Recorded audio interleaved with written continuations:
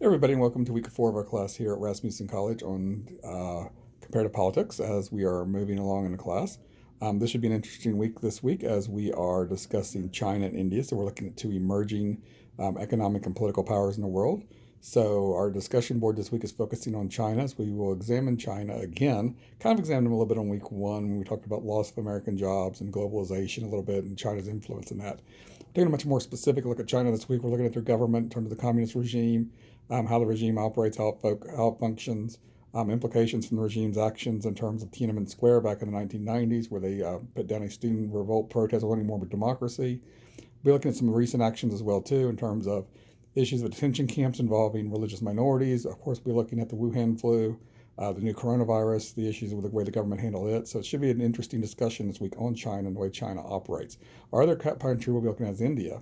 So India is a very interesting country as well too, because with India we'll be discussing things such as conversion to a more democratic system. They have abandoned their old socialist system and adopted a new democratic constitution in order to attract more out-of-country multinational corporations to invest and locate to India and to influx cash and to boost the Indian economy. President Trump just recently, a week ago, went over to India. There was a massive rally held with Prime Minister Modi and trying to solidify the relationship between India and the United States to build up better ties with the two countries and hopefully increase trade between the two countries and to also, again, boost the Indian economy.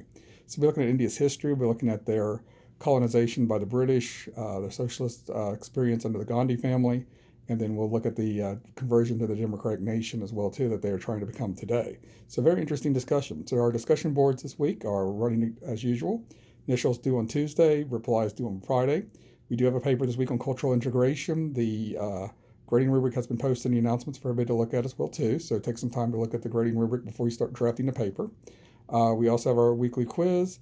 And of course, live classroom number 4 will be this coming Tuesday, March 10th, 2020 from 7 to 8 p.m. Central Standard Time. So it should be a very interesting topic this week as we examine both India and China. There's a lot of good information on the announcements, everybody, so remember to check the announcement board. We have our weekly overview where it lists all the dates where everything is due. There's some additional video resources on the two nations as well, too, in terms of India and China. Our course objectives are listed there, too, in terms of how we're going to meet those course objectives by studying these two nations. The grading rubric is there for the cultural integration assignment. So there's a lot of good information on the announcement to help you out in terms of planning the week out and making sure you get everything accomplished this week. So again, office hours are Tuesdays and Sundays from 9 to 10 p.m. Central Standard Time. And if you need to contact me by text or call, that is the time to do it. Also remember, you can always send an email through the class, through the course messages. I'll respond to those within 24 hours. With that, everybody have a great week, and I'll see everybody in class this coming Tuesday.